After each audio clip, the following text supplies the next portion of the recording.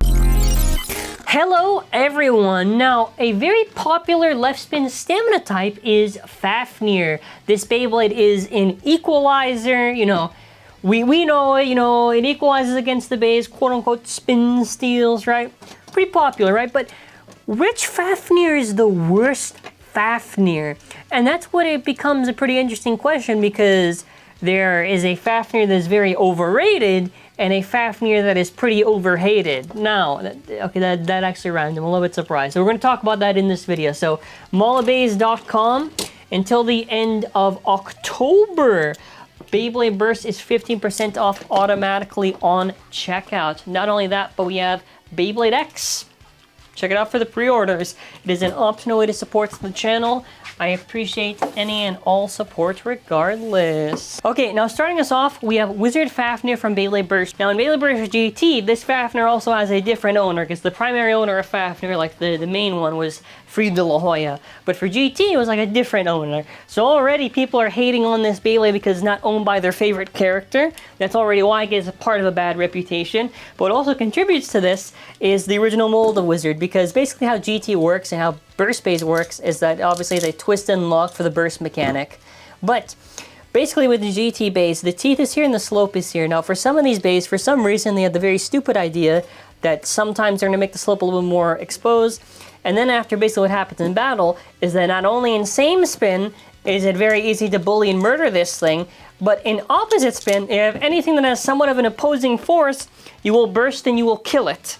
So that's basically why it gets a lot of this bad reputation, just really because of that, the burst. But if you consider the fact that with the fact they did Wizard Bahamut, which is this updated Wizard mold that basically makes sure the teeth are much better aligned with the slope, or even Pro Series one I have right here, you'll notice that if we do a quick comparison, right, you know, very easy to burst, you know, here, there's a lot more resistance, right?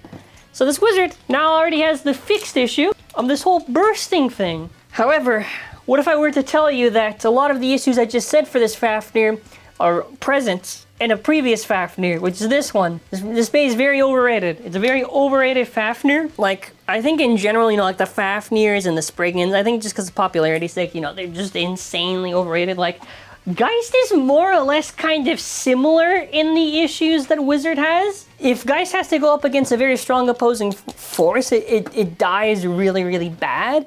Obviously, the burst risk, maybe you could argue, is not necessarily maybe as high, but the shape isn't really all that good for it. You know, it doesn't have that many good things, so you start to realize these are almost two sides of the same coin. These are almost very similar for the issues presented on them. But you know what's the crazy part? It's that Wizard actually has more to offer than Geist Fafnir. Okay, think about it. The proof frame technically can't count, but it will throw in the proof frame for argument's sake. 8- is more or less the exact same as 8s. Like, they're pretty similar to each other, so that was pretty much a useless part when it released.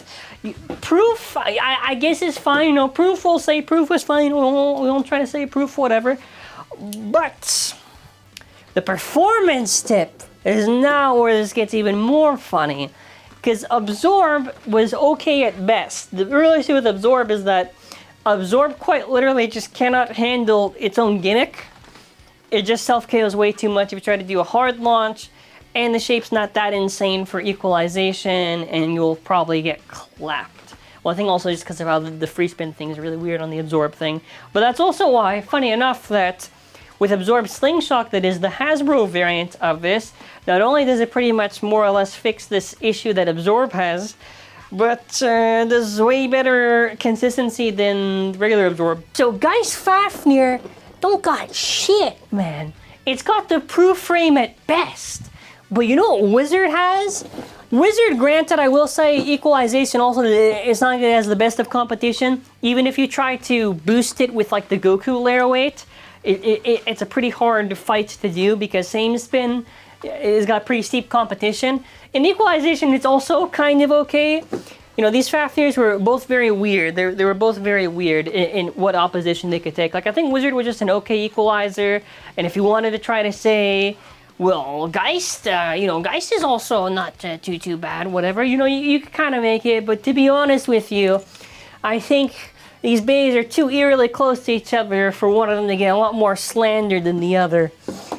Now, I will say that Ratchet is just kind of alright, you know, it's really just more for the cone-shaped stuff, so it was kind of okay for that presence. But I will also say that Rise ages way better than Absorb does for that equalization type of use. So I will say Wizard Fafnir does indeed win in the Fafnir battle because Geist has a lot less to offer overall than Wizard does. So there you go. This is my Fumia propaganda video for why he's better than Free, which is also a true fact, but that's a separate can of worms we're gonna be getting into. So yeah, final thoughts. I mean, listen, I feel like a Bey history video, if I ever did it, which is basically where I go over the Beyblade history, I don't think I would ever have a segment where I try to just do this versus that, because that doesn't make sense when you're trying to go over the history stuff. So I just thought, you wanna know what?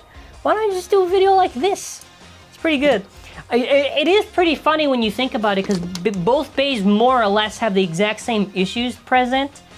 You know, and I don't know, I still feel like Wizard can have more of an edge, because obviously we're not talking about stock combos, they're talking about in general optimization, and no matter what, it's very tough to argue for each side. Like, I still think, you know, either way, you could still kind of maybe say that maybe Geist has a slight edge in the equalization, maybe, but... So, that's pretty much it for this video. God bless, stay safe, here's to hoping for a better tomorrow, have an amazing day.